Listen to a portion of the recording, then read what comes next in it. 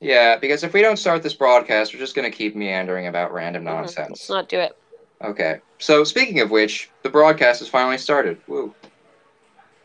Wow. Um, hey. Hi. Hello.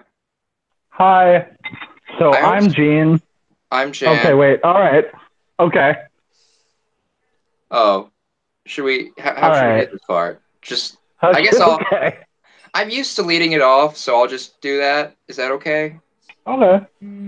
Okay, so, this is another episode of Opposition Radio. We are here again with Kate to talk about Angela Nagle, her recent misadventures with Tucker Carlson, and her comments um, on supporting closed borders from a avowedly left-wing perspective.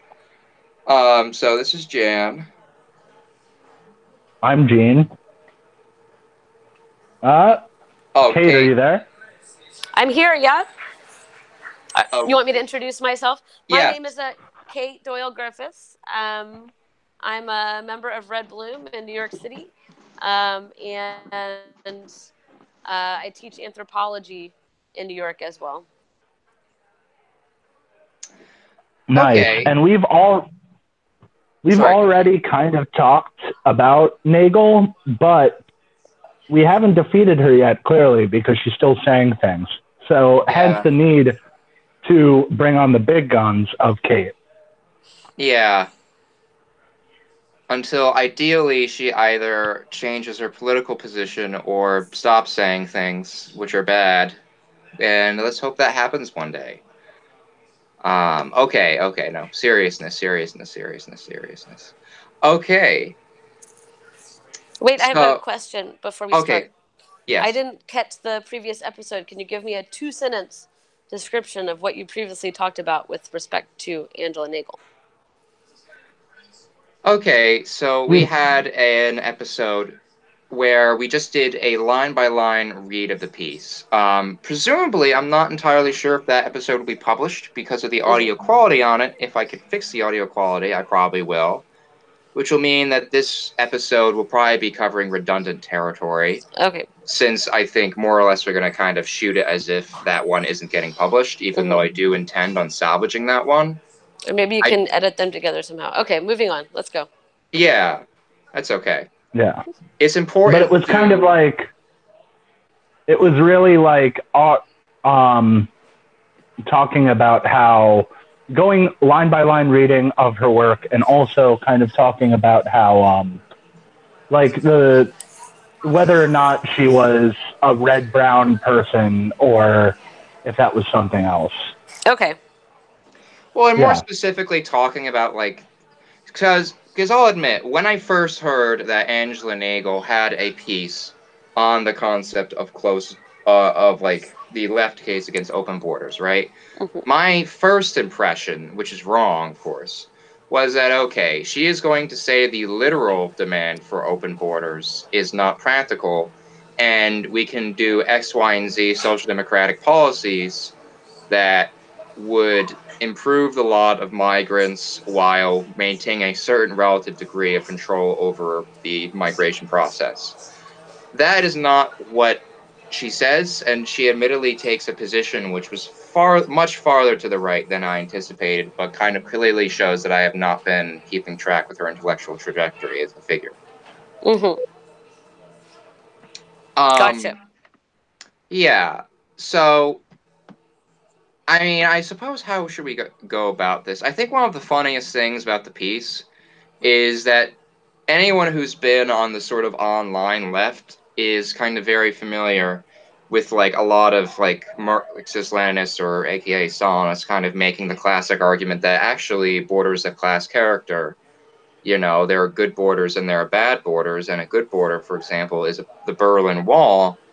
And coincidentally, she clearly is taking pointers from that school of thought because she first opens up her article kind of um, talking about how Reagan tearing down this wall was this sort of victory of the right over the Soviet Union.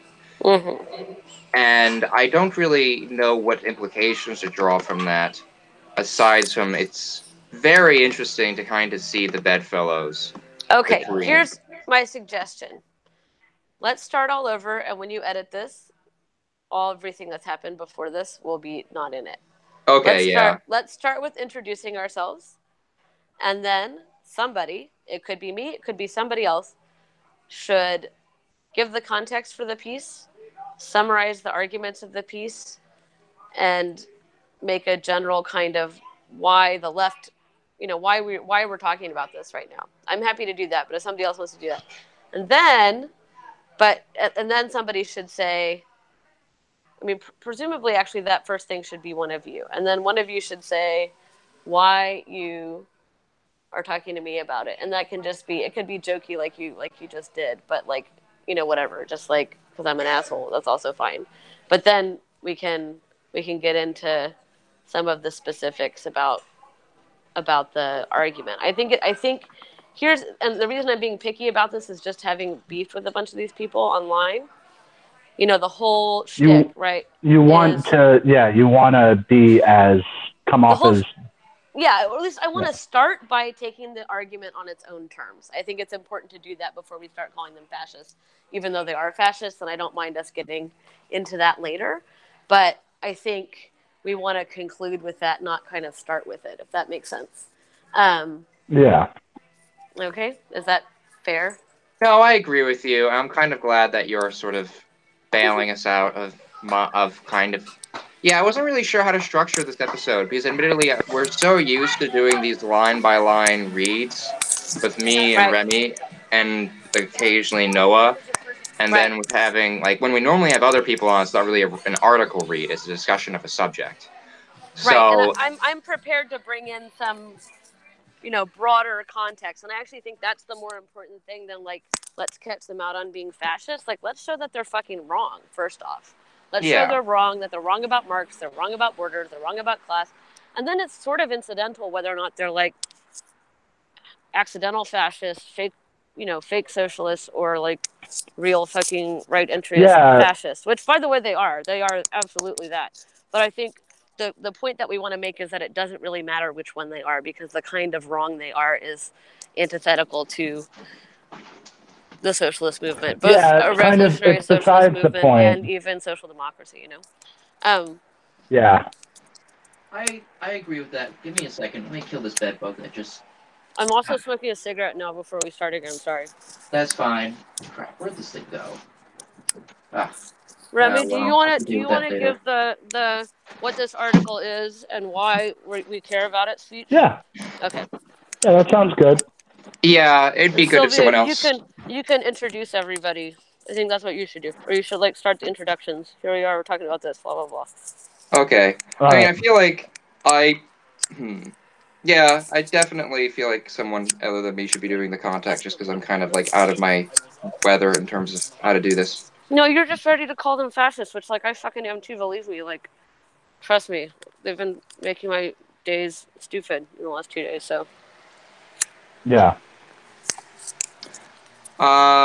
and All like right. Sorry, they continue, really sir. just one other little strategic political point about this that I want you all to be aware of, not even for what we're talking about, but just in general, that it's like I do think that there are differences in this kind of like field Yeah. of apparent right wing social democracy, and it's important for us to recognize and act differently to the different sections. Because Yeah. at least That's for me, the goal is actually to break off the fascists from the right wing social democrats. Um, yeah. even if That was actually what we came on, was that this is more worrying not because it's fascism, but because it sorry, but because it is in line with a lot of right wing social democracy right, and or so social chauvinism. right, so And like although I will say, I think even adding to Remy's point, which I definitely want to make this, but probably in the midsection of when we discuss this, mm, is I think the line in here that concerns me the most. I mean, obviously, there's a disgusting kind of like her practical alternative is basically legislation that makes every employer report undocumented people to ICE, and that's yeah, disgusting. Right. But in terms of like the red-brown nexus, the line that kind of concerned me the most is where she says she's opposed to the system of migration. And that is sort of after a bunch of waxing about, Right. people and their attachment to their homelands.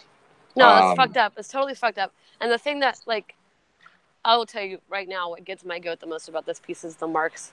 Man, all the politics are Yes. disgusting, but like the abuse of marks, it like kills me. It cripples me emotionally. Like, stop it. Leave him alone. Like, just go fucking read Hitler and leave me the fuck alone. Like, god damn. It's funny. We actually read the monthly review article, which she stole the quote from, and literally the monthly review article argues for the exact opposite of the So point does she made. Marx. They do it all the time. I mean, so just that was what I was gonna say strategically, just for your future reference, and I have real evidence to back this up. This isn't just like me making up random shit. But the Adam Proctor podcast, Dead Pundit Society, Amy and Amy and I think Proctor. I sort of assume Proctor, but I don't have the same kind of evidence on him. Those are really fascist. Those travel around with fascists. Red Scare does too, and engage in these like fascist troll campaigns, including like anti-Semitic blood libel and shit like that. But they're posing as socialists and putting forward this like economic socialism. And one of the rhetorical tricks they do, and you see it with Nagle, is taking something Marxist or socialist, completely misrepresenting its content and pretending that it supports their line, right? So Amy did similar thing where she posted like a picture of the cover of Marx and the Jewish Question, and then the comment was something like, "Oh, I guess Marx would be an anti-Semite too," and it's like, it's infuriating the same way because like clearly that has no relationship to the content of On the Jewish Question. No, and like also the on the Jewish Question is like a half biting satire, not a satire, but like a very self-aware piece. And also it is written by a Jewish person, so it's it's a vastly different context as opposed if let's say I wrote on the Jewish Question with some of its more raunchy bits.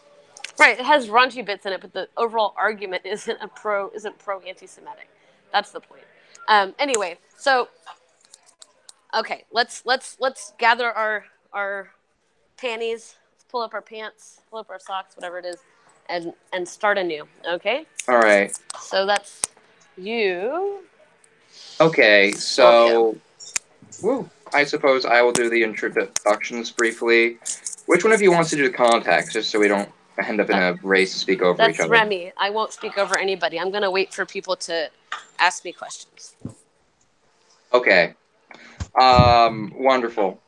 So, okay, anyway, 1 and 2. All right, so hello everyone. This is Opposition Radio again. It's me, Jan, with Gene and our wonderful friend Kate. And we're here to talk about Angela Nagle's misadventures with Tucker Carlson and her recent piece in American Affairs entitled The Left Case Against Open Borders. Hiya, I'm Gene, as usual. And we got Kate. I'm Kate. Hi, Kate Doyle Griffiths. I'm joining y'all from Brooklyn, New York, where I'm a member of Red Bloom Communist Collective, and I also sometimes teach anthropology. So Nice. we're here to discuss Angela Nagle's piece, The Left Case Against Borders. Who would like to introduce that case and a little bit that piece and why we're talking about it? I got this. All right, cool. So in Nagle's Left Case Against Open Borders, she goes into basically, all right, to just take it on its face, she makes the argument that historically borders have been both deleterious to the working class, or that wanting free movement of labor has been hurtful to the working class of both developed and undeveloped countries, She cites Marx in saying a line about she cites Marx in a line about how the working class in Britain is bifurcated between the Irish and the English working class, which is harmful to both. And she kind of comes into this argument that since it's harmful to both, the solution is to basically keep them away from each other.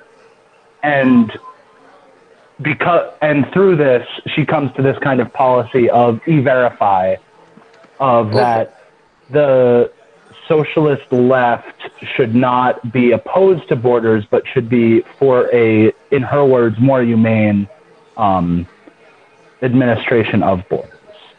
Do we feel like that's accurate?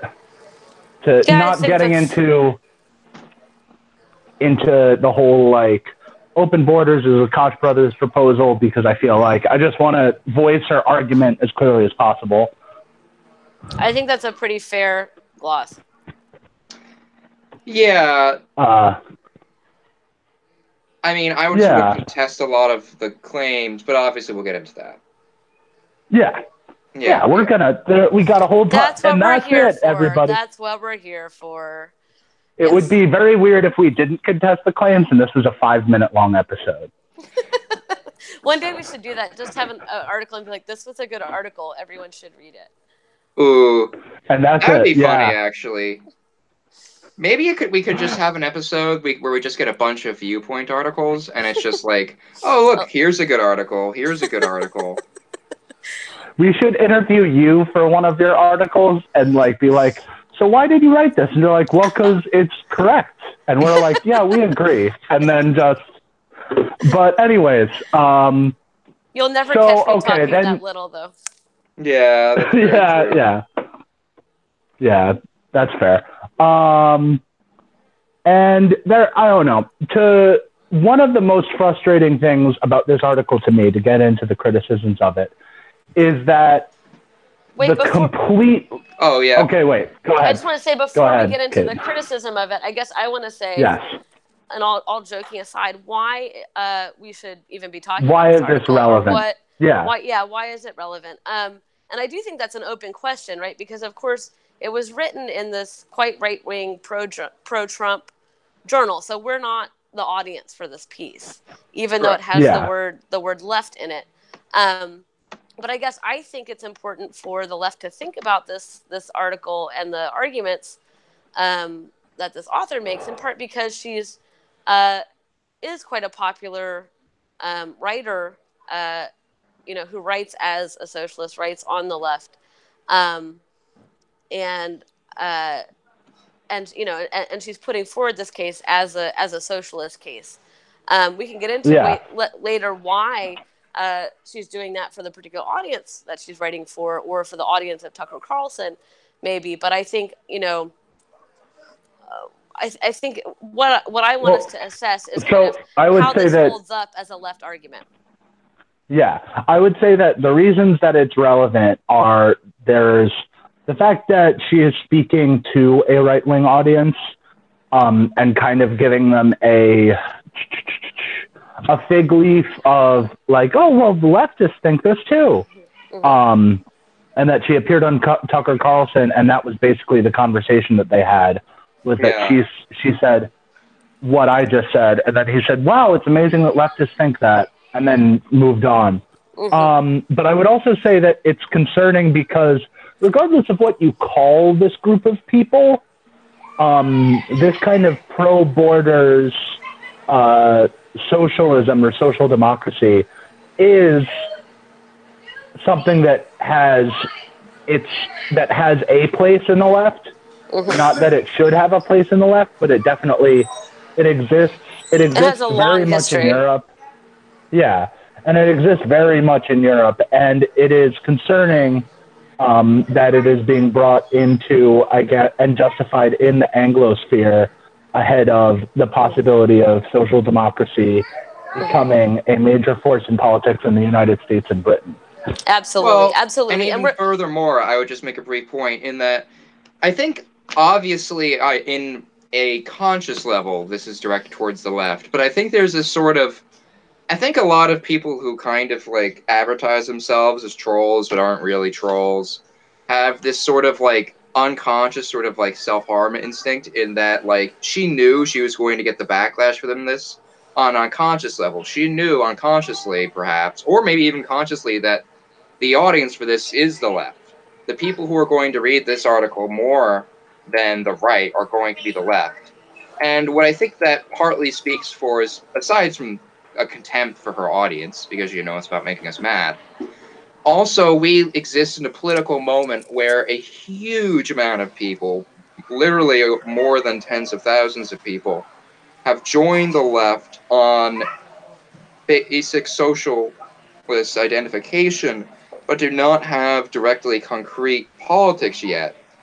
And as this new generation of people joins activism, they are going to look for people to mold their politics. And Angela Nagle, Amberly Frost, Bashir Thakur, or Connor Kilpatrick's The Jacobin crew, are seeing all of these people join the left, and they obviously have the instinct to want to be able to lead them into the DSA because that's their organization, but they also look at them with contempt and fear because, these are people who came through like various, internet weird subcultures, be it like Tumblr or Tinder, various other corners of the internet that I'm sure we've never even seen, and who kind of have like an instinctual revulsion to the police and the institution of the state and borders, just as a basic moral compass thing. And I think the goal of this piece, in part, is so it can shape this new generation of leftists who do not have a political direction into having the specific political direction of Angela Nagle and the Jacobin crew. I would just I add a detail here, which is actually I think some of the sort of names that you listed or the relationships here, I would argue for a much kind of finer grained taxonomy of who is what on the socialist left. But we can get into that a little bit more later. That's pretty true. I have one other contextual point, though, that I think is quite relevant as to why we care about this now. And I think it is something that really struck me when the piece was published, which is that beyond the context of the left and of this argument for the left, this has a context in terms of migration and in terms of the state of the working class in the world today.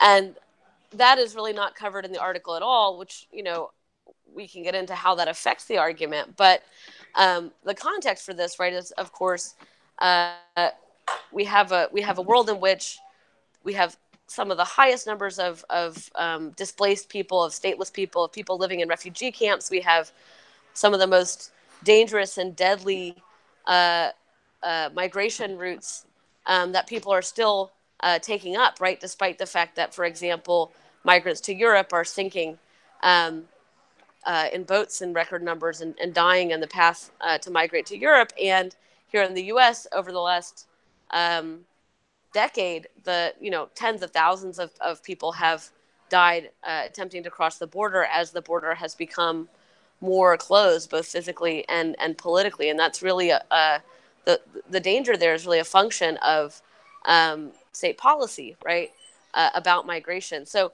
we have a context of borders being increasingly closed, right? And it's not just for migrants, but it's also, I think everybody, even people with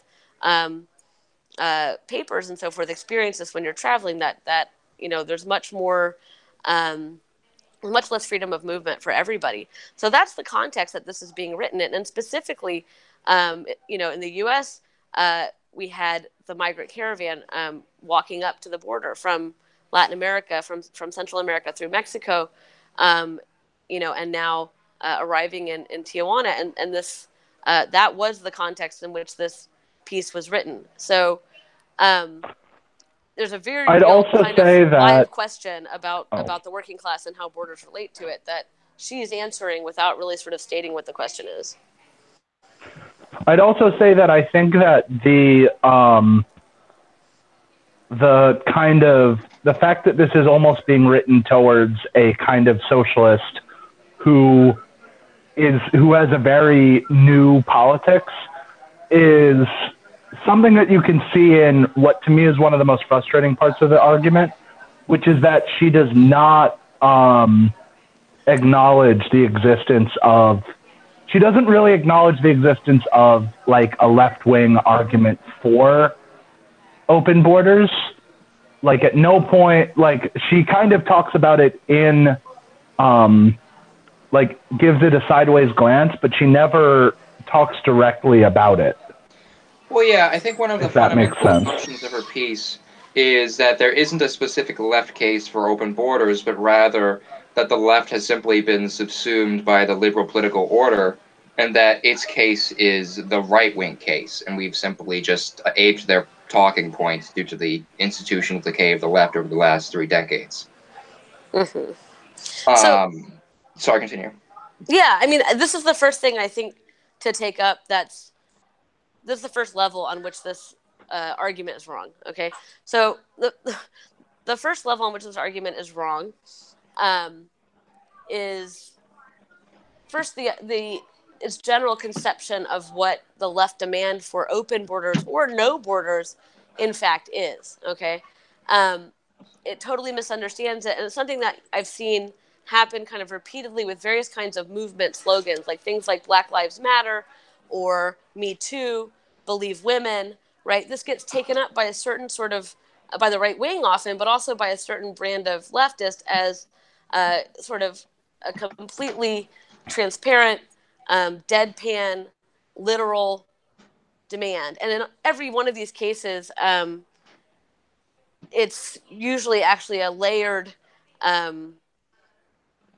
it's a later demand that is, first of all, a slogan, right, not an essay, and second of all, can be read in multiple different ways. So, for example, if we think about this in terms of Black Lives Matter, when it's sort of abused, it's taken as a separatist claim, as a claim that other lives don't matter, right? When, of course, the full expression of the slogan is actually when Black Lives Matter, all lives matter, right? So it's a universalist expression coming from a particular point of view. Similarly with Believe Women, right? You can either read that as literally believe all women, whatever they say about rape or maybe about anything. And I don't think, I mean, certainly there are some people who take it that way, but I don't think that's the sum total of what that demand actually is saying. And what it's saying is don't always believe men, right? If we live in a status quo in which rape and sexual harassment are seen as he's quote unquote he said, she said, and women's accounts are not taken as evidentiary, right? Which is what's been for a long time. The statement believe women doesn't mean literally believe all women all the time. It means believe women rather than reflexively believing men always all the time. And similarly, I think that there's a distinction between the demand for open borders and no borders. Those are two different things. But in both cases, it's not really a policy prescription. It's a slogan. And no borders, of course, is the communist revolutionary horizon. We don't want states. We don't want nations. We don't want work. We don't want surplus extraction. We don't want profit. So, of course, we don't want borders, right? We want to abolish the existing relations. Open borders is something slightly different, right? Because that presumes that borders still exist. And this gets presented in her piece and then in a general kind of a skeptical critique, right? Either from the left or from the right as being utopian, as being impractical, right? As lacking a kind of policy detail, and as if this has never existed. And this is what I mean about the context. That's quite mistaken. We, somebody my age, which is in my late 30s, even somebody y'all's age, which is much younger than that, right? We've already lived in a time when the U.S. had much more open borders. I have crossed the border into Canada and come back with no ID in my lifetime. That would be something that's unlikely to impossible today. And the same was true on the Texas border. When I was growing up, crossing the border between Texas and Mexico was just not that big of a deal, and it was something that people did pretty regularly. And another example I like to give is that we really also see, extant national boundaries continuing to exist, but kind of an openness of borders in context of sort of immediately following, huge moments of class struggle or near revolutionary moments. And the example that really stuck out to me when I was contemplating this article in the first place was in Southern Africa. At the end of, when apartheid had ended, you ended up with this a regional grouping of countries that had relatively open border policies amongst them. Same thing happened in the Caribbean, where citizens of any of these countries could pretty much cross the border freely with very little citizens, residents, anybody who lived in these countries could pretty much cross the borders between them with very little bureaucracy or very little problem. And it really is an expression of open border, free movement for human beings, right, rather than free movement for capital, which is, I think, what Jean, you were going to point out as the first major flaw and conflation of her piece, right? So after a moment of worker struggle, free movement for workers becomes an effect of that struggle, right? It's certainly one of the demands, but it's also it's a product of internationalism being required for successful struggle. In that region in South Africa, these countries, Zimbabwe, Tanzania, a few different countries, right? You could move about freely, and many of those countries actually had the same national anthem, the Nkosi Sikelel. So it sort of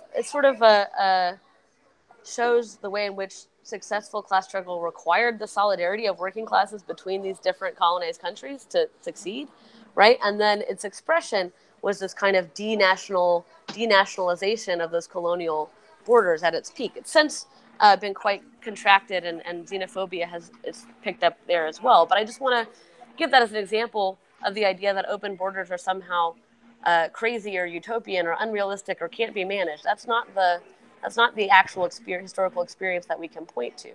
And it's quite distinct from, national groupings of free market freedom for capital like NAFTA or, other, or even the EU, other kinds of common market expressions. And really, there's a certain kind of idiosyncrasy of the EU that's really being generalized in this piece, I think. But anyway, somebody else can say more about this. And actually, I did want to make 2 points real quick. Is that workers. I think the way she engages the question really is reflective of the political constituency she's aiming this piece at in 2 ways. First, in terms of the right, you're correct in that open borders is not the literal. We aren't literally saying, when we might say open borders instead of no borders, that we think, Koch, who financed publications of these papers, he's actually the helmsman of the CPUSA, and we want to do everything he wants to do. And what I think that kind of reaches at is, of course, if social movements were the products of committee meetings where we can spend a solid hour deliberating on the most appropriate slogan, well, that would be very nice. But almost in all of these cases, every social movement that the left participates in is either generated spontaneously with left input, but not necessarily from organized socialist input, or arises completely spontaneously with the socialist left coming in to politically support it, but not being involved in the generation of that movement. Mm-hmm. And I think you see this a lot in terms of at the very disgusting attempts, for example, right-wingers. I remember there seemed to be this subgenre of right-wing journalism back, just really a thing of investigating the nitty-gritty of the lives of victims of police brutality to prove that, well, actually, if you look at this person's criminal record, they did X, Y, and Z crimes, which, first of all, I think the basic response to that is that does not imply that interaction with the law enforcement should result in death. But beyond that, any slogan which implies an innocence for the victim is not literally... in the face of, death, I'm never going to even entertain the idea of a moral guilt which could justify that conclusion. But moreover, any implication of innocence in that is not a literalistic oh, we all looked at the facts of the case and blah, blah, blah, but rather is more an indictment of the guilt of a political system versus Mm-hmm. its subjects and victims. So and I think the part of this is the right can only understand political slogans in a literalistic framework because, as a political constituency, they are consumers of politics through the television, the newspapers, and in the more higher political echelons through like being elected.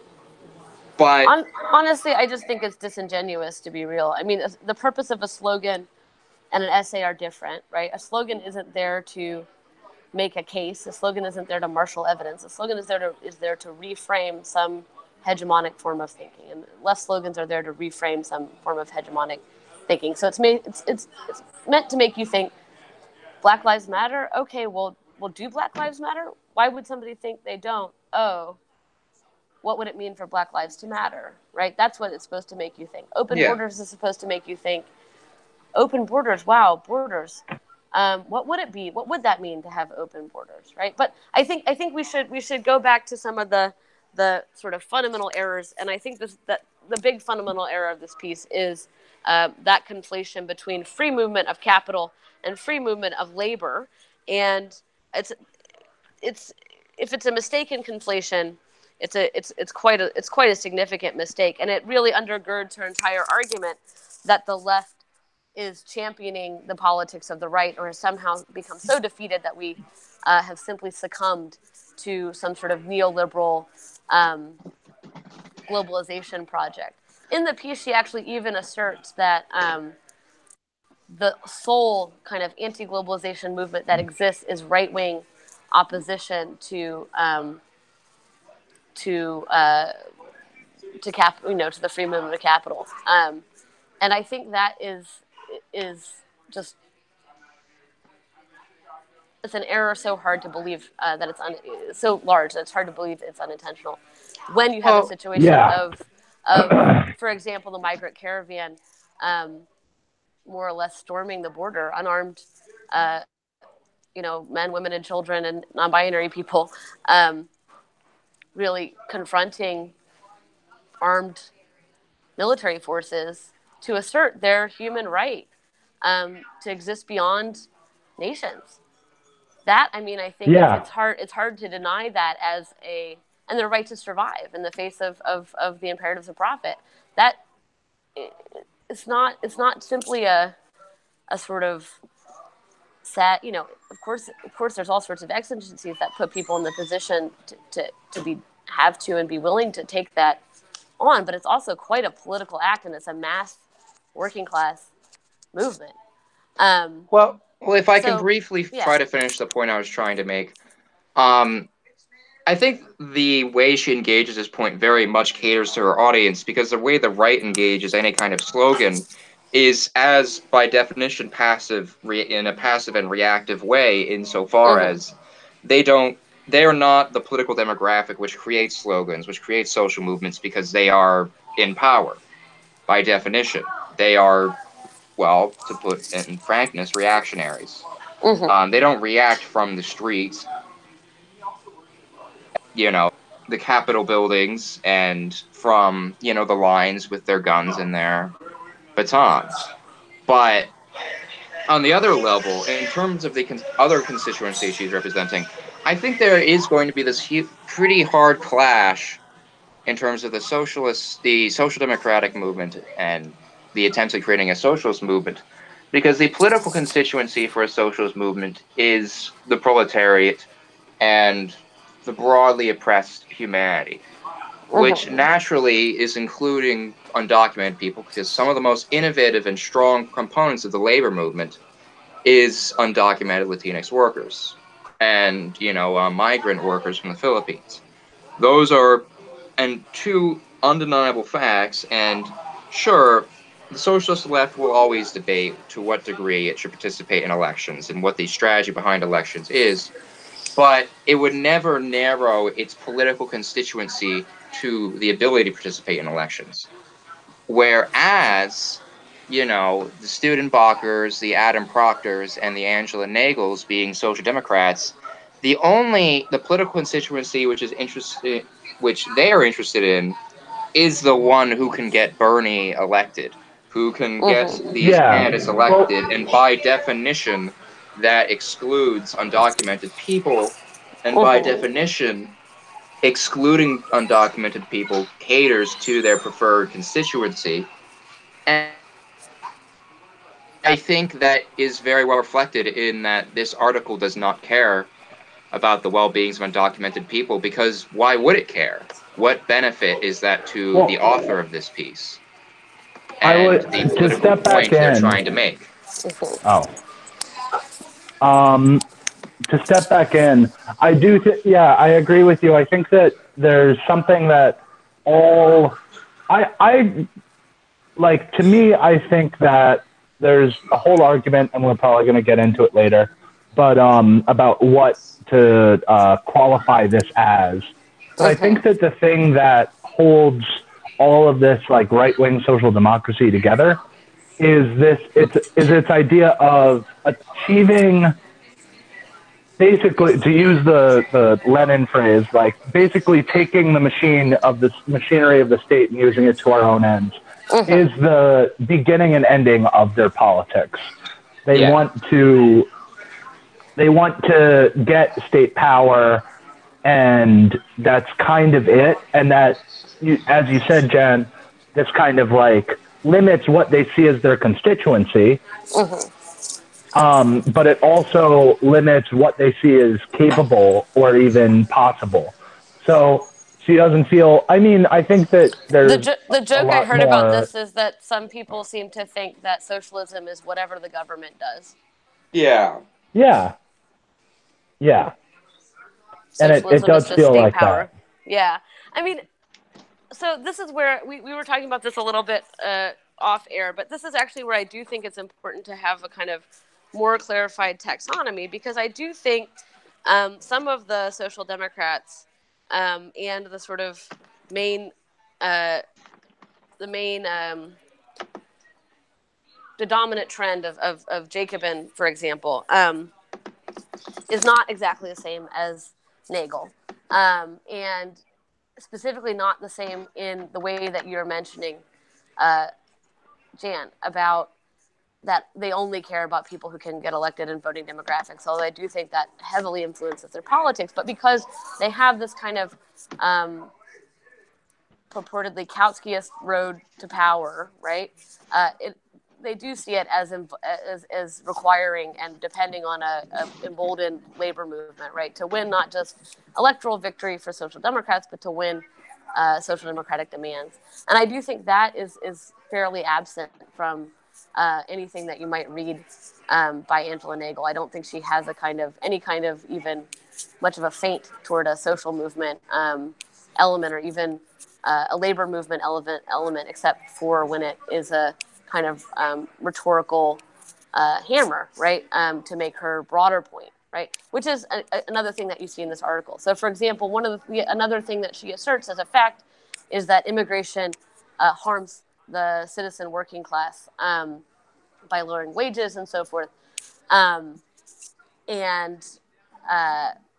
she points. This is the only time she talks about unions, right? Is to point to really some of the most like racist, nativist, uh, least class conscious moments of U.S. labor history, and in fact, pretty much praises the Chinese Exclusion Act as a positive pro worker Yeah, piece of which legislation, which is like, it tells you two things. One, it's just fucking racist, right? So it tells you that, Yes. but it also tells you something else important, which is that working class politics are something that the state does. It's not something that workers do. The state limits Chinese immigration, and that improves the situation for workers. Well, it doesn't really tell you about how workers' wages actually change, which isn't some sort of free market function of the labor market primarily. It's actually about how organized workers are, how much wages they can demand, and how capable they are of collectively withholding their labor. Okay, and that's not something that depends on immigration. And if you actually look at this charted over time, and particularly in the U.S. right now, given the proportion, for example, of undocumented workers and so forth, and the specific role that you, Jan, were mentioning about undocumented workers being some of the most vibrant parts of the working class in terms of organizing and becoming new members of unions, right? The idea that undocumented workers are on balance lowering wages in the U.S. is totally implausible. But she just states this as if it's fact, and it's one of the most pernicious things that I saw repeated even by people who generally disagreed with her argument. They took this on as if it was fact, and I think it feels like a very natural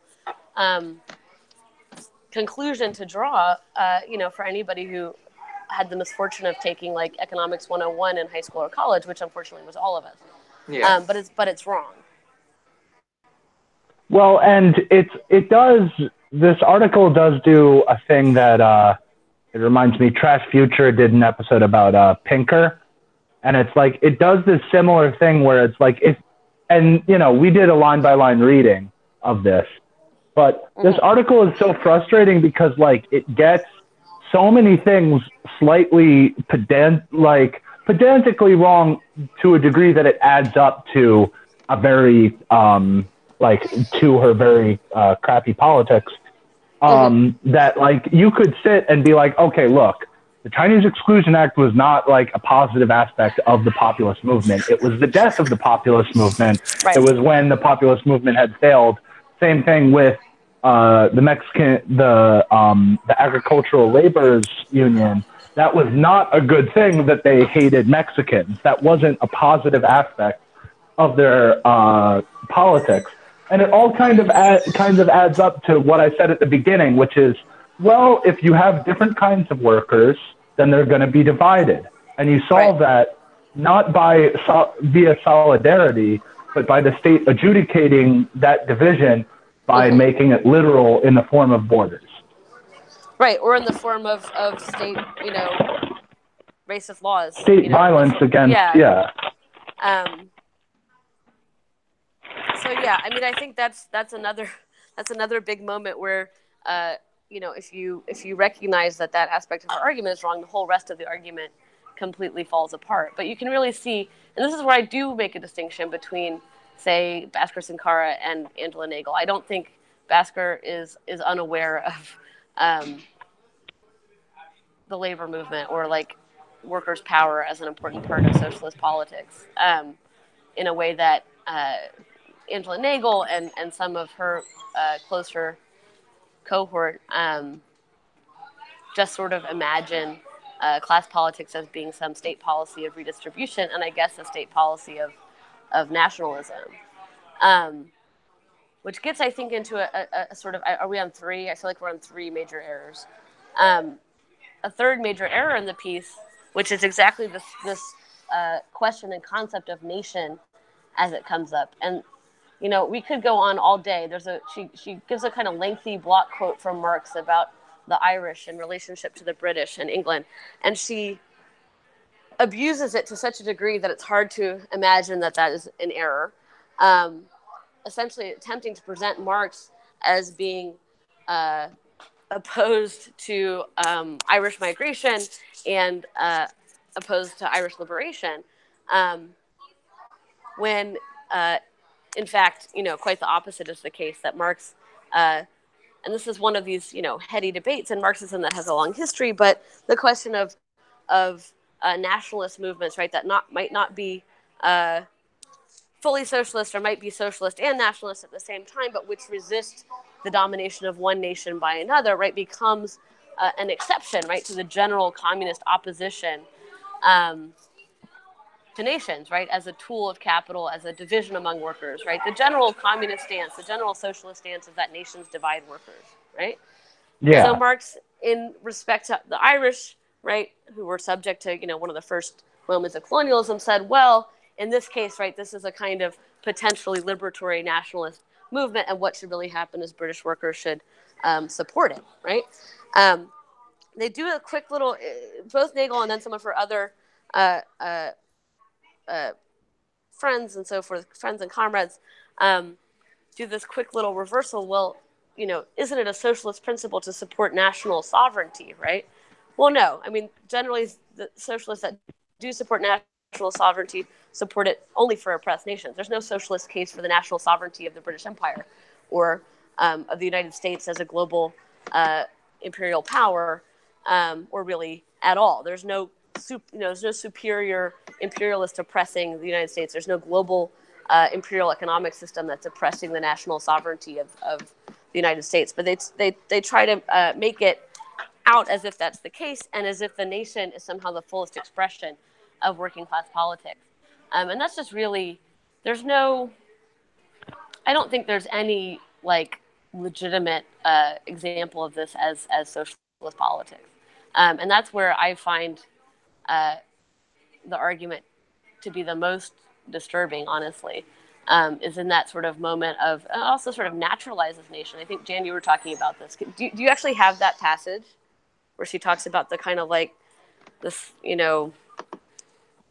home and, sort of poetry, the romanticization of nation?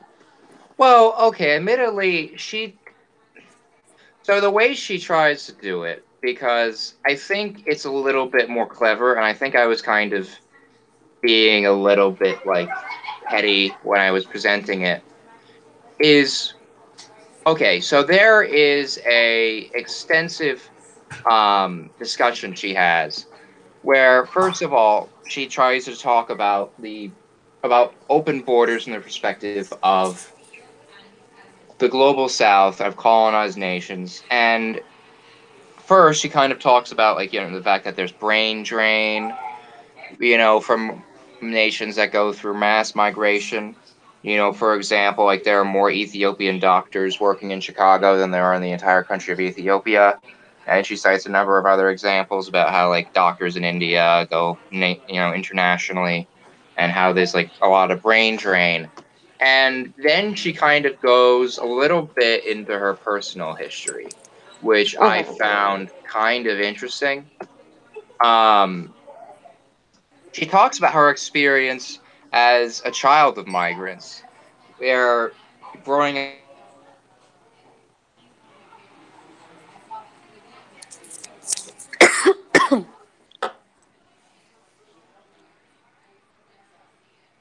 I lost y'all. I lost you as well. Jan? Ah, great. Okay, that means it's time for my cigarette break. Cigarette break. Yeah.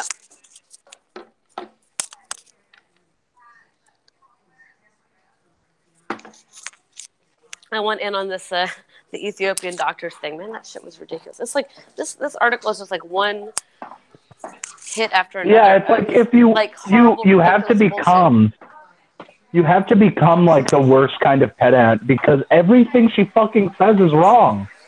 Yeah, right. And you can't let part of it go. It's hard. Like you can't grant one part of the argument without. I mean, in that sense, it's well written. Like if you grant one thing, if you grant like immigration is bad for the working class or something, well, then you started granting the whole thing. You have to like actually argue against all of it. Well, meanwhile, okay, so this isn't just a technical matter. It touches at the heart and soul of a nation, like a war. It meant that the constant hemorrhaging of idealistic and energetic young generations normally rejuvenate and reimagine society. In Ireland, as in every high immigration country, there's always been anti-immigration campaigns and movements, led by the left, demanding full employment in times of recession, but they're rarely strong enough to withstand the forces of the global market.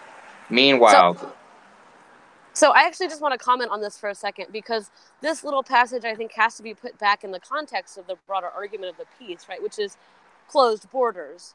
Okay, so yes. What the argument actually is that borders should keep people in to their countries. I mean, think about that for a second. It's basically arguing that the solution to, basically proletarianization, to the injuries of capitalism, right, is turning countries into sort of prisons for even the citizens that live in it. Not just sort of changing the conditions so that people are less pressed by the demands of capital social relations. And just to take it back to my little Africa example, open borders for the free movement of people didn't mean there was mass migration between those countries because they were countries that were on relatively equal footing and in which there wasn't a huge demand of labor from one part or the other, certainly not any more than there previously had been under the colonial system. And so this question, open borders doesn't necessarily mean brain drain and all that. That's not a function of open borders. That's a function of power relations between various countries. Well, yeah, and I think furthermore, and this is something that me and Gene were talking about in our last discussion of this. So I think if you look at like the capitalist press, right, one of their favorite countries that they love and point to as a success story is the Baltic states. And normally they'll talk about how they used to be such a poor, country and now how they're so rich.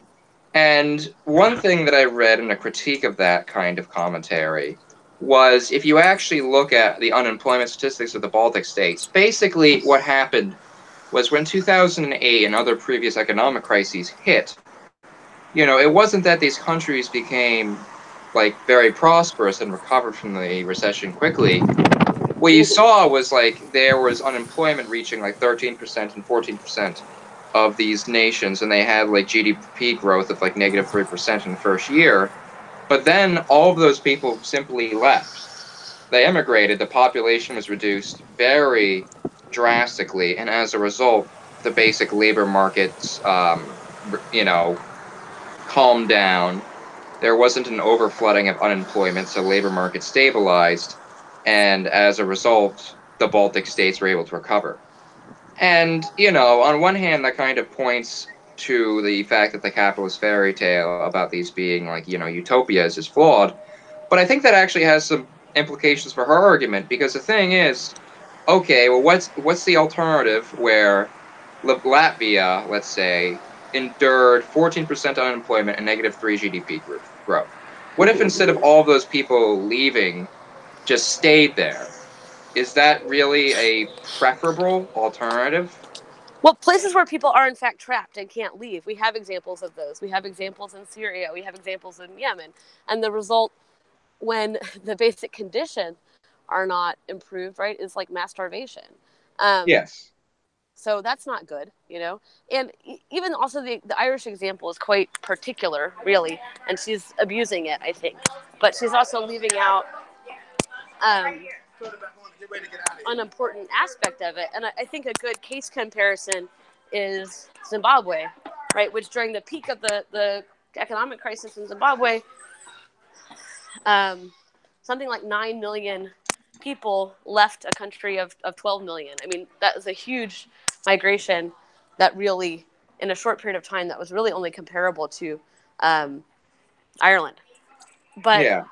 even with a slight improvement, many of those people have since returned, and the economy in Zimbabwe is not very good still. But enough that a large, significant percentage of those people returned, and some of them, of course, were being expelled from South Africa as well. But a difference, like there's another part of the answer to why the Irish didn't go home, right? And that has to do with like the colonial expansion of the British Empire, and all the stories that we might read from Karen Brodkin or oh God, y'all help me. Who's the famous one? Of You know who Irish I mean? people. How the Irish Well, became white. Come on. I know. Well, Sorry I for the think like population. Stephen King is probably the best. No. Anyway, it'll come to me in a second. I'm But thinking. Okay. friends with David Roediger, that crew. Oh, okay. I thought you were talking about negative examples of the Irish becoming No. white. I'm saying the fact that the Irish became white in the context of British Empire is one reason why there wasn't a mass return after a mass exodus. Yeah. And so, and that the difference between those two things tells you something about what the motivations are for people to migrate. And borders really, the other thing about free movement of people versus closed borders is that borders don't stop migration. They just make it more dangerous. They just make it more deadly, and they just create a second tier, a second class of the working class wherever immigration is heavily restricted. But part of the article rests on a fantasy that there's some border policy that will stop migration from happening. Yeah, being around. I spoke or I taught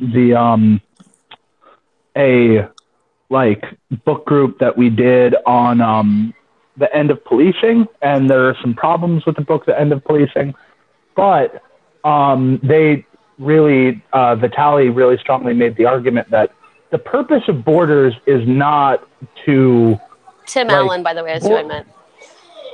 yeah, Oh, okay. borders aren't the purpose of borders isn't to like keep it's not going to be successful at just period keeping people out. That has never been they've never been successful at that.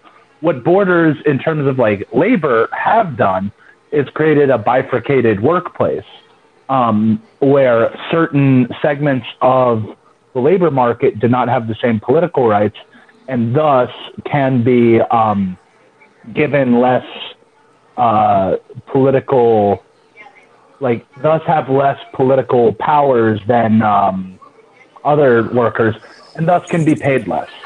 Well, yeah, and I think to make That has two been the brief purpose points, historically. I think anyone who's studied migration in America or anywhere for any amount of time has come upon like two basic facts. The first being that over a period of time, once a generation makes wealth, accumulates wealth in another country, they will more often than not return to their home countries. Like plenty of even Italians, Americans return to Italy, surprisingly. Like a majority of them did not permanently settle, despite what the demographics of Staten Island might tell you. And we see They were prolific people. They returned and they settled. pro people Yeah. who now occupy the mayoral and governor positions of the entire Northeast. But okay, serious time though. Like most people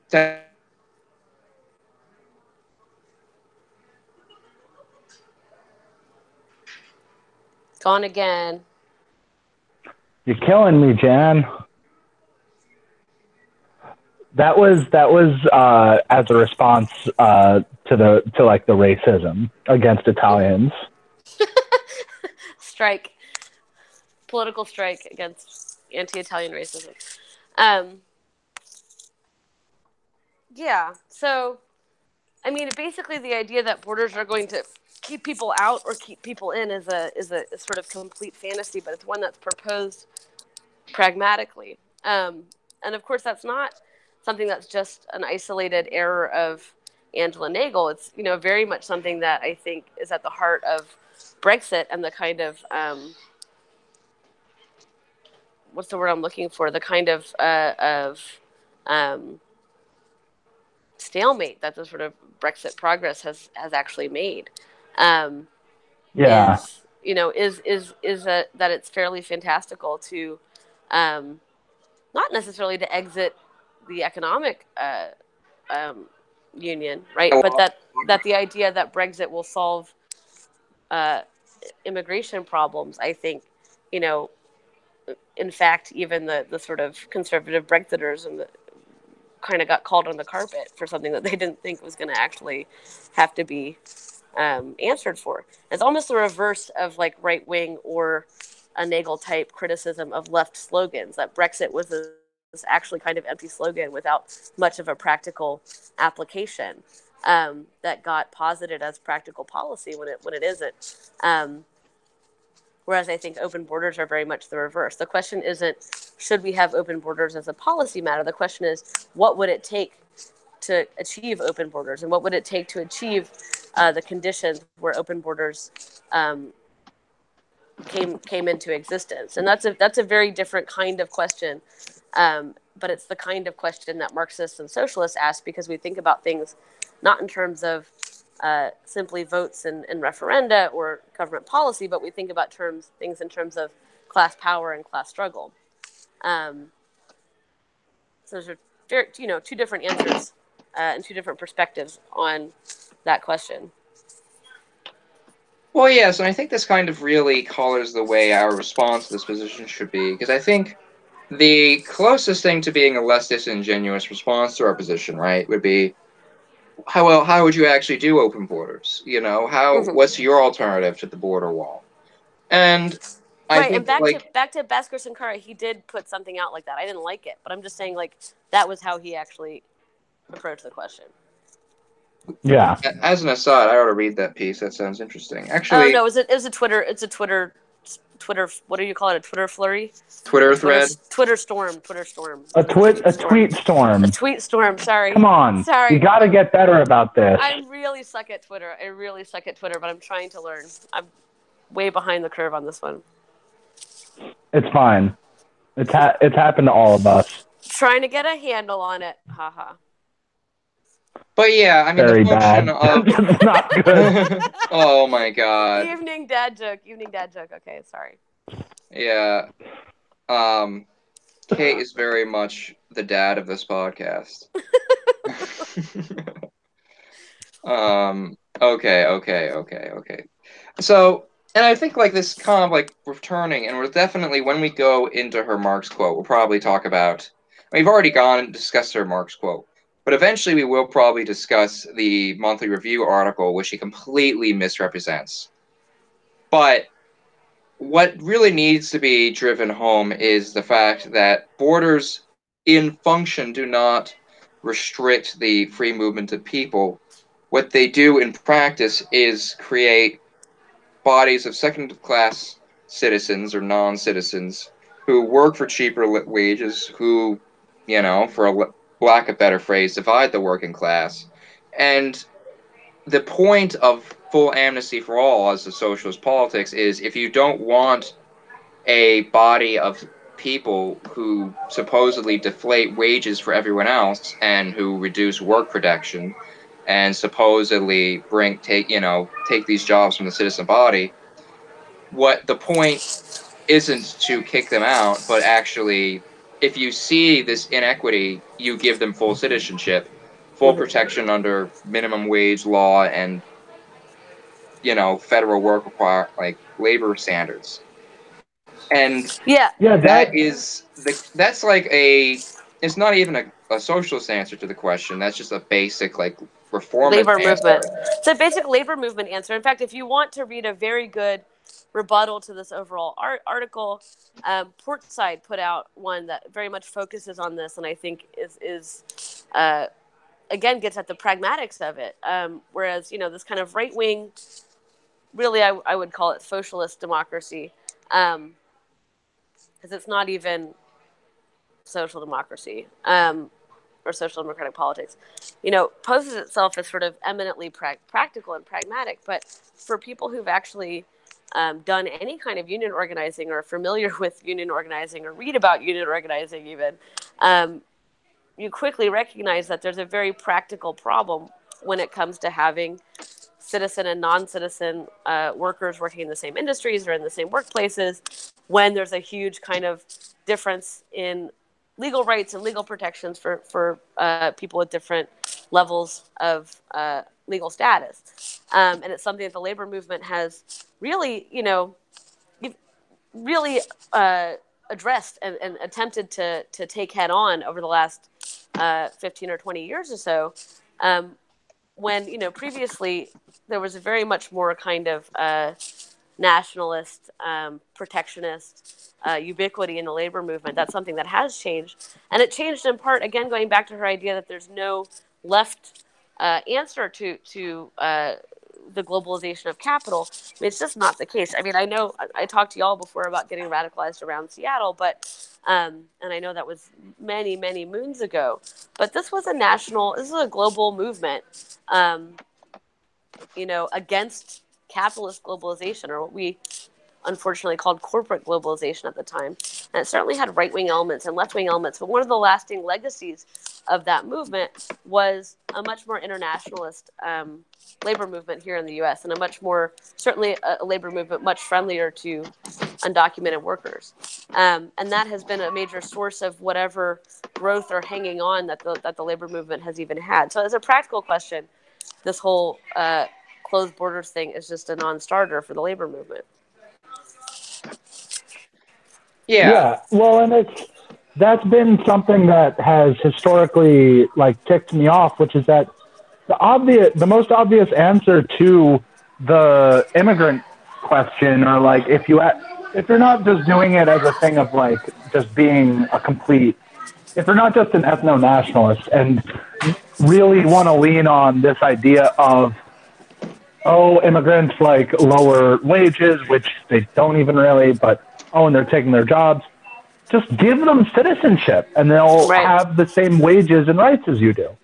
Right. That And even if immediately you want to resolves be the a question. boring suckdem who has the sorry, I was being rude in terms of calling them the polemical slur. Even if you want to be Oh, a boring, yeah. yeah, I just realized I might want to actually edit that out because Stop. Every time you ideally, say slurs, it stops you from being on the podcast. eh, well, we ideally want to have like these social democrats listen to this podcast. So I might edit that out. I don't want to be rude to them. But even if you are a social democrat, if your objection to open borders is that presumably there is a body of people who will be consuming services which are paid through by taxable income and who are not paying taxes for those services, well, if you give them citizenship, they're paying taxes. And Well, also, it's been debunked by 8 billion studies the idea that an undocumented person consumes more in federal programs than they put in through taxes through either fraudulent Social Security contributions, since most undocumented people just use the Social Security number of someone they know, or through the sales tax. I mean, almost on every level, it's a silly right-wing talking point that I even apologize. I apologize for even wasting my time on. But well, and one other immediate context for that too is that in this moment where in fact immigration has been ramped up both over the 8 years of the Obama presidency and now quite intensely under Trump. What you're seeing is undocumented people just not accessing services of any kind out of fear of coming into contact with immigration authorities.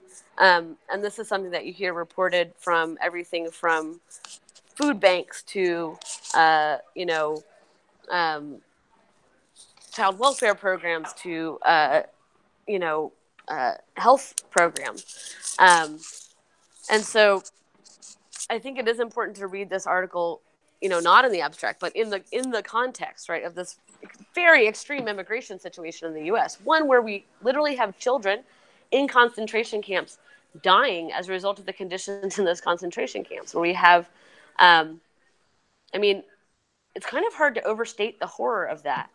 Um, to then put out an article as a socialist arguing for more restrictive immigration policies is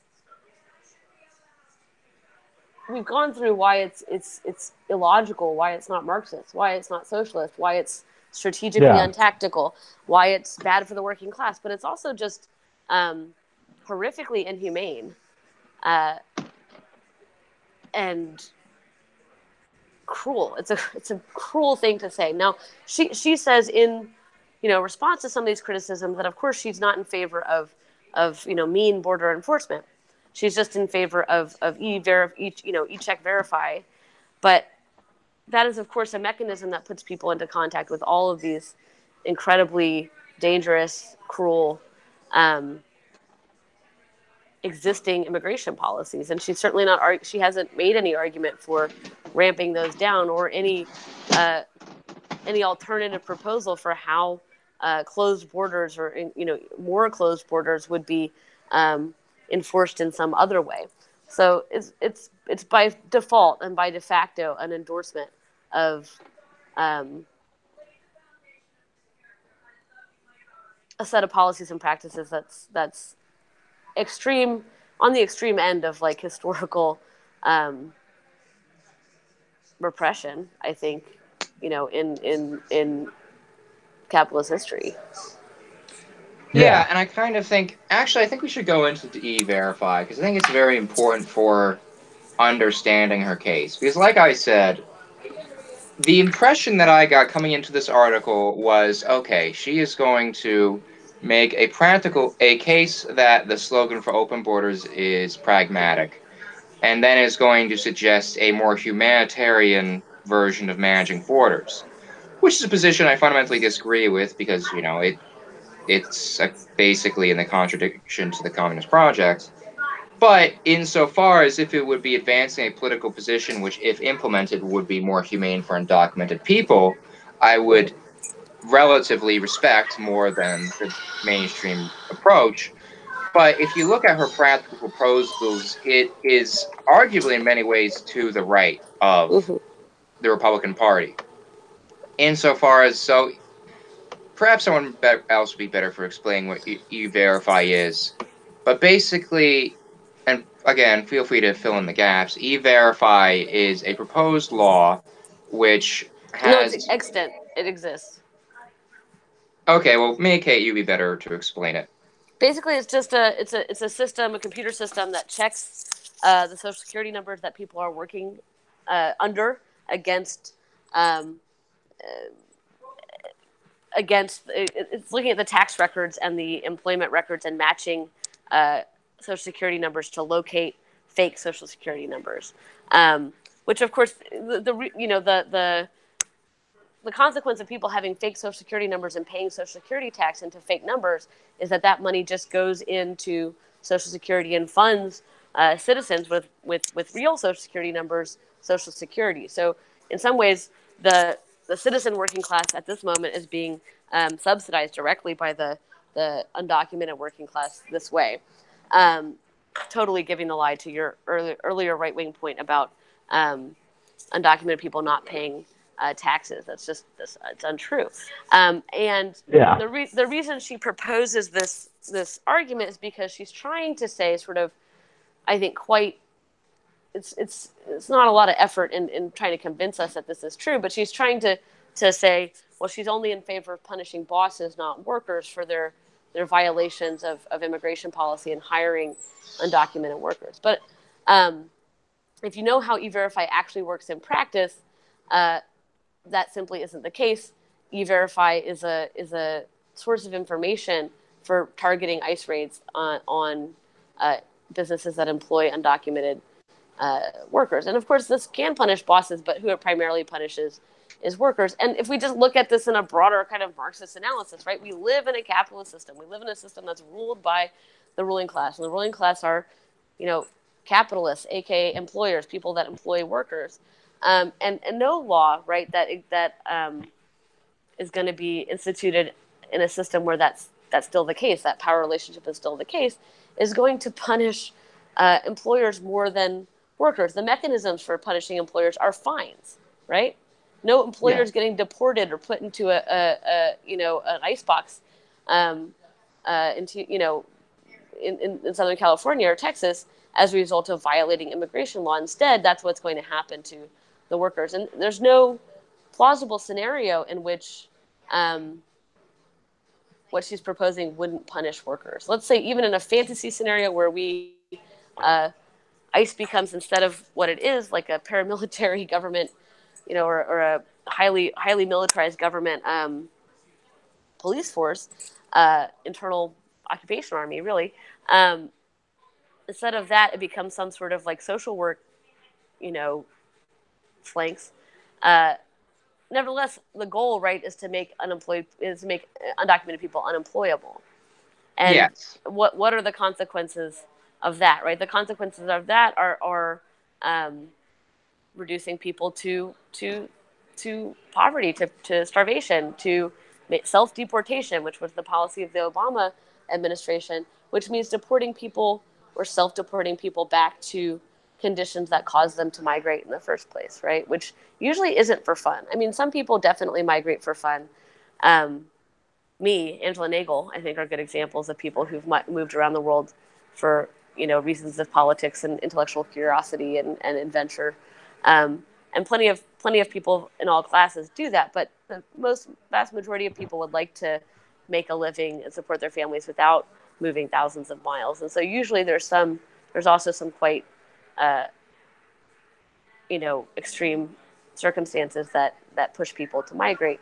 And I know and your audience knows, right, of course, that in this particular case, when we're talking about Mexico and Central America, the main source of that was NAFTA, right, in terms of proletarianizing sort of semi-peasant people and just making local agriculture and certain local industries highly unprofitable, and producing this available workforce for U.S. capital. Yeah, well, and I would also say thing that I was going to say. Sorry.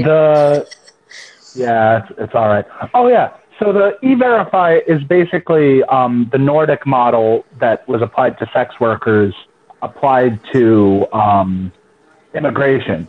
This idea like, oh, we're not going to affect these nice working class immigrants. We're only going to affect the bosses.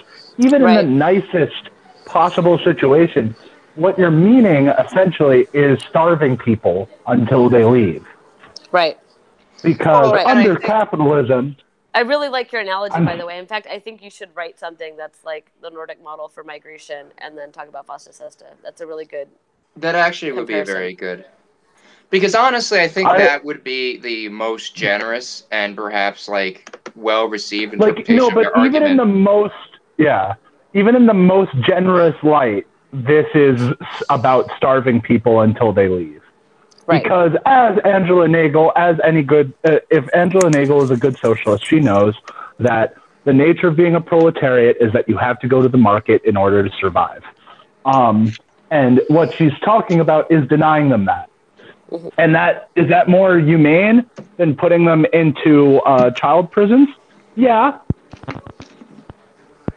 Or now I'm gone. Actually, it's kind of even an interesting morality question, because is it really more humane? Whereas the political actors are doing less inhumane things, it arguably is more humane. But in terms of the consequences it creates, making someone completely unemployable leads to a degree of unintended and unforeseen consequences that who could even project that's being more inhumane. Perhaps they would end up being like some of these indigenous people who unfortunately get, shipped across the Great Lakes, and who knows what happens to them there.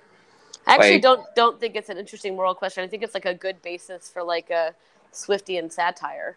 Yeah, you're probably right. I shouldn't even try to give it that degree of intellectual weight. Yeah, but I think it's just horrific either way you look at it. And they're related things, right? You have the self-deportation was the main policy under Obama. It's the main strategy of deporting people in South Africa.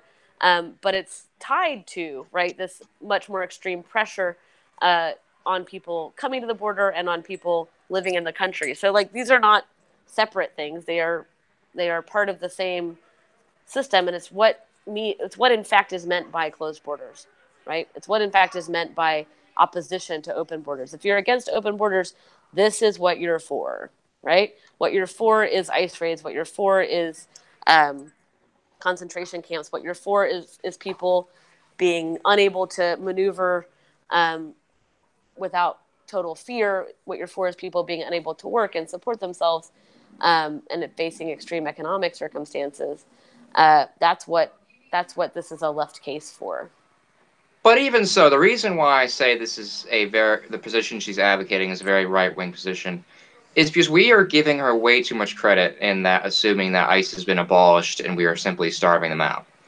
Because if you're going... She never said she's for that, for example. Yeah, she's never said she's for that. And what the implication that I get is, even if she won't directly admit this, is that the repressive apparatus of ICE and all these sort of systems are still operating with E-Verify, which basically means if an undocumented person tries to get a job, they are instantly reported to law enforcement and rounded up.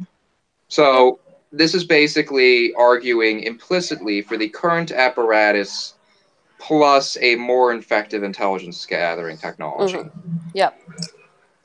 She makes a couple sentences waxing and waning about how the treatment of undocumented people is mean.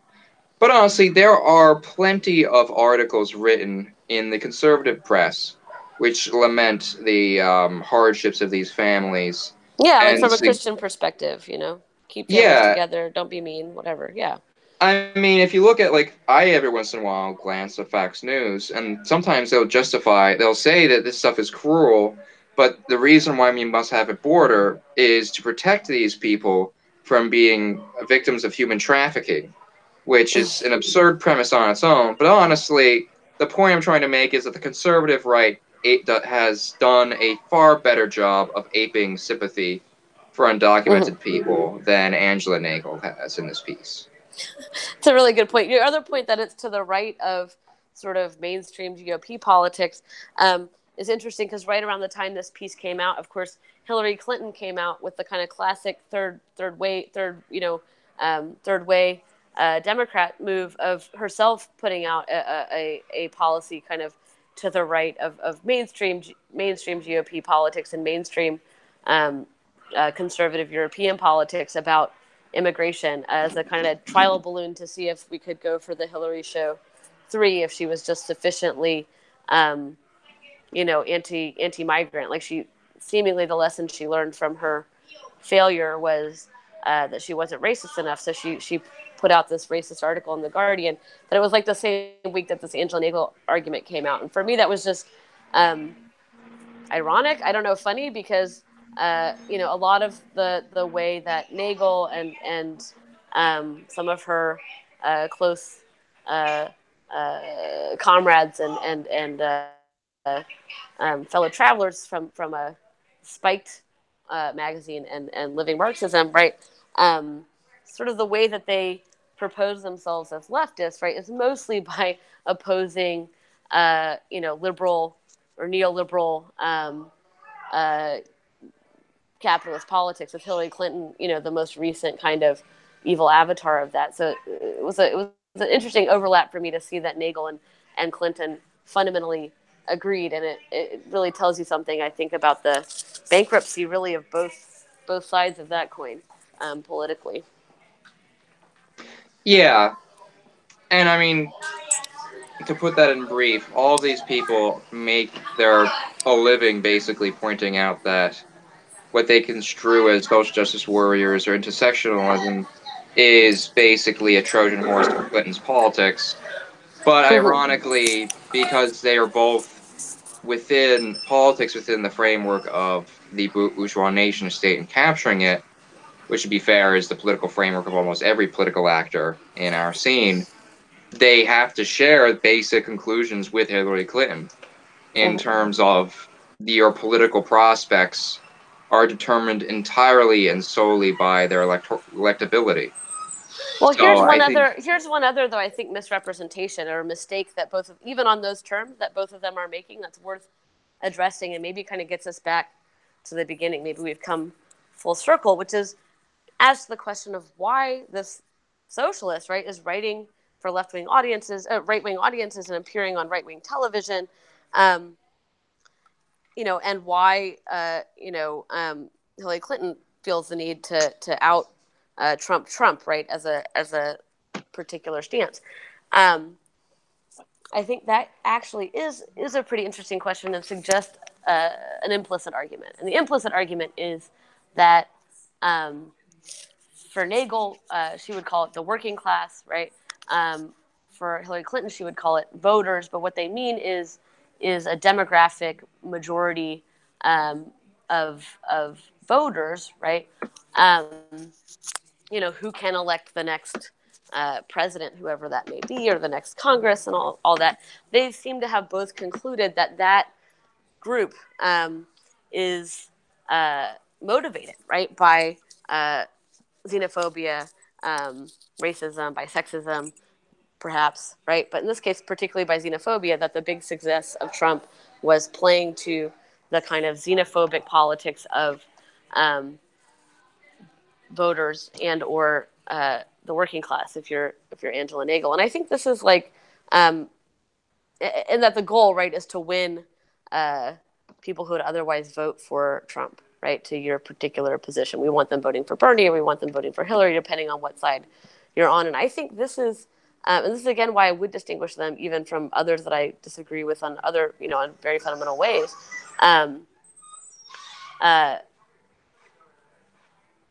This is a mistake, right? It's a mistaken way of conceiving of even electoral politics and how you win electoral politics. That you simply just kind of look at the polls and pivot this way, and if you see something succeed, you opportunistically grasp onto that and amplify it. I think actually, I was not a Bernie 2016 person. because I'm not a Democratic Party politics person, but to the extent that that was a quite successful campaign at generating new activists, at generating new policy, at bringing some excitement to the socialist movement, right, and all that. He did that by precisely doing the opposite of that, right? He did that by proposing new ideas that were outside the framework of existing visual politics, right? Even something as obvious maybe as student debt or Medicare for all, right?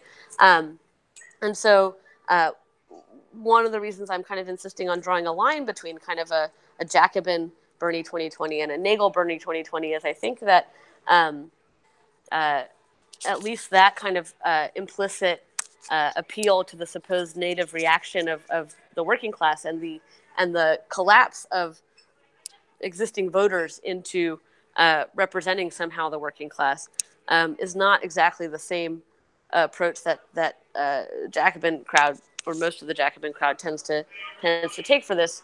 Their idea, right, is that we should expand the voting base and bring the working class into vote, right? Most workers, or at least working class people, are disproportionately non-voters, right? Whereas both Hillary and Angela Nagle are actually talking about winning over reactionary sections of the petty bourgeoisie who play an outsized role as voters. And so it's a really disingenuous argument. She's out there trying to propose a coalition, really, between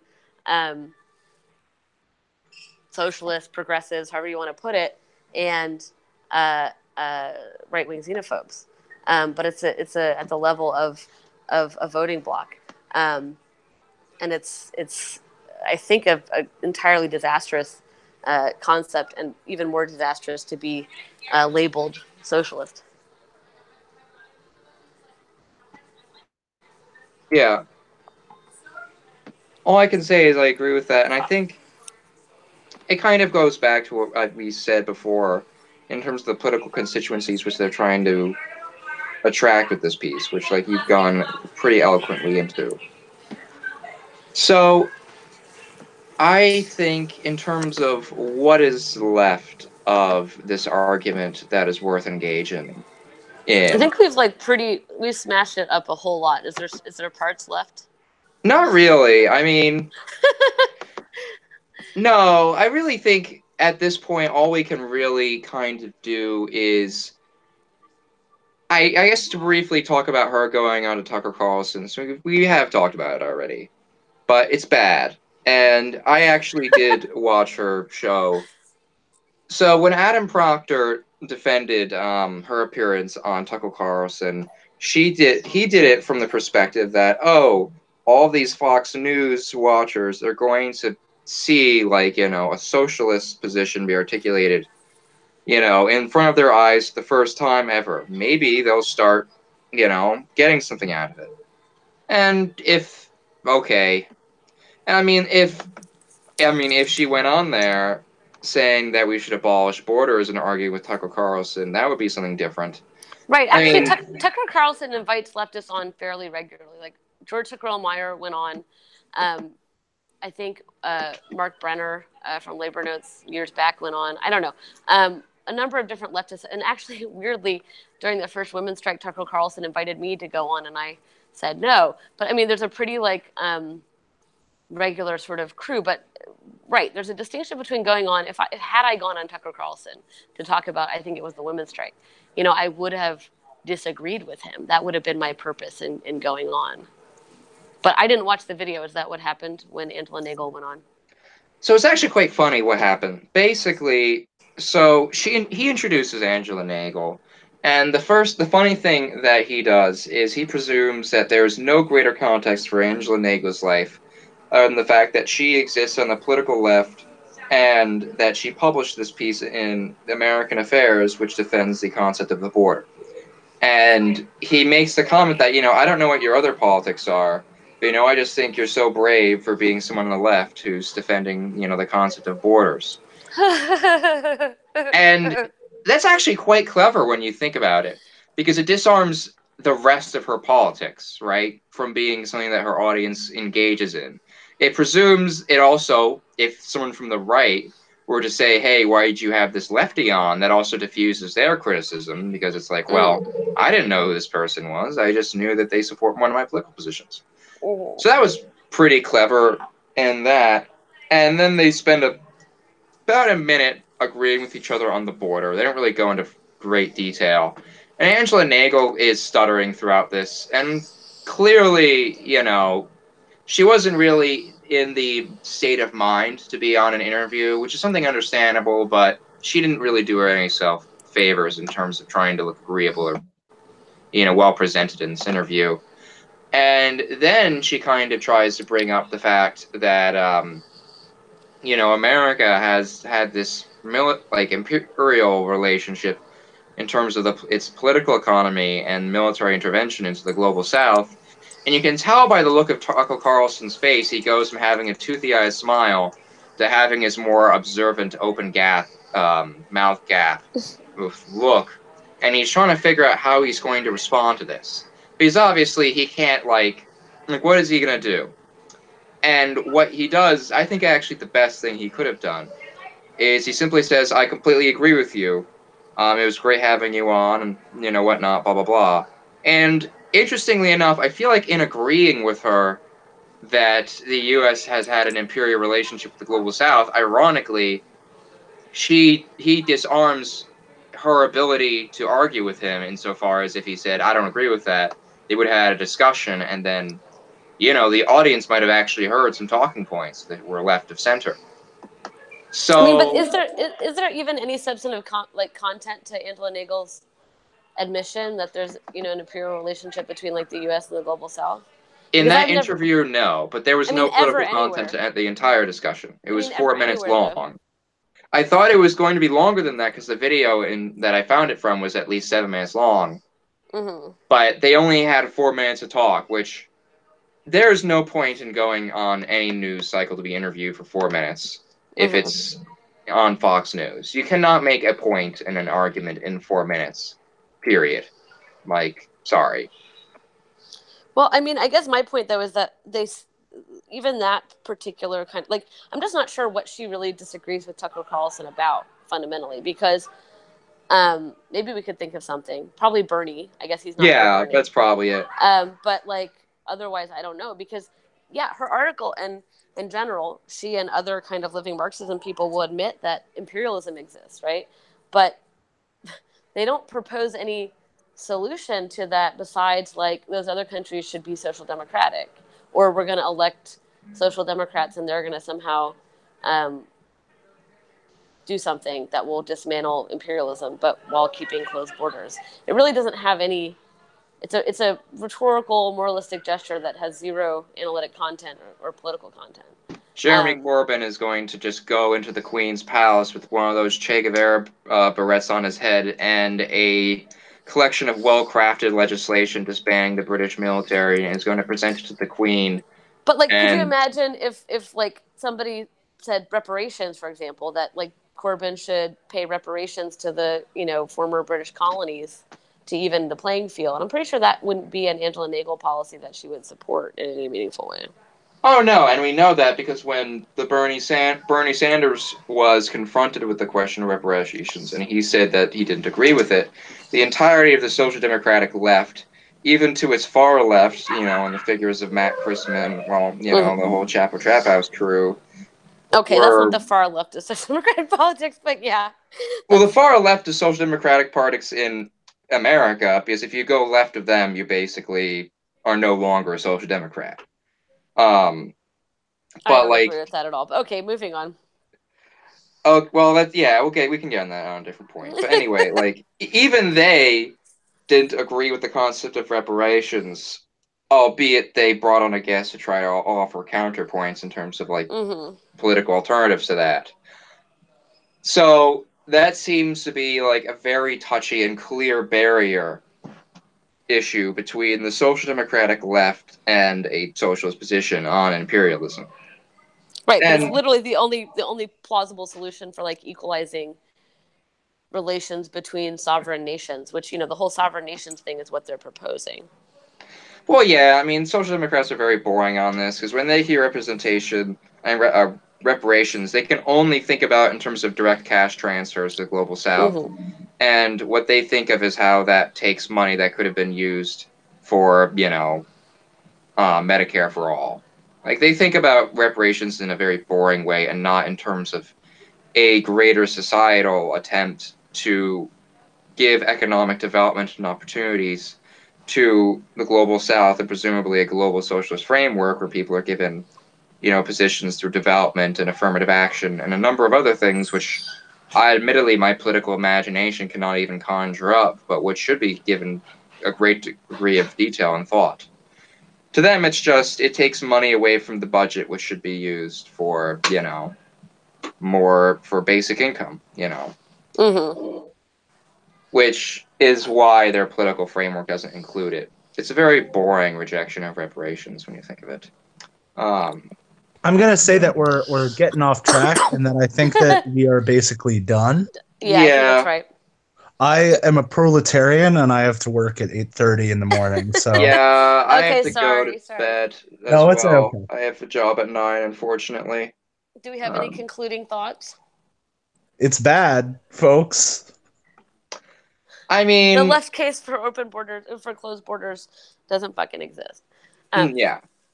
That's the moral of that story. And and I don't think once you sort of take apart this argument piece by piece, I don't think there's a single part of it that is identifiably socialist, with the exception of, we know, although it's not stated in this piece, that Angela Nagle is pro Corbyn and pro Bernie, and those are social democratic candidates. But otherwise, I can't think of a single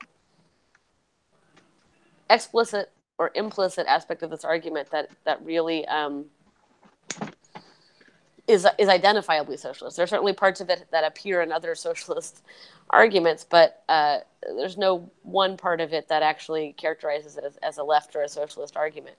And I think that's actually the kind of most masterful or interesting thing about this essay, is it's in some ways quite well crafted. Because if you start accepting any one piece of the argument, you end up having to kind of allow for the rest of it. But it's literally based on a series of outright falsehoods and major dramatic elisions. Anyway, that's my summation of it. Not socialist, not left, and really shouldn't be respected. Including its audience, right? That's the other thing. It's not even trying to make a case to socialists. It's trying to make a case to reactionaries and right wingers. I think honestly, people like this should not be part of the socialist movement, and shouldn't be allowed to kind of pass for socialists. And I'm a big tent person. I think we have a need for a broad socialist movement, and I'm happy to engage in comradely debate with lots of kinds of people that I disagree with. But I don't think that Angela Nagle or anybody putting this forward, this view forward, is a comrade in any sense at all, even the most broad. Hey guys, more like suck Dems, and then I think we can be done. Yeah. That was not my point. My point was some social Dems are wrong, but not this. That was my point. Definitely. I agree with that.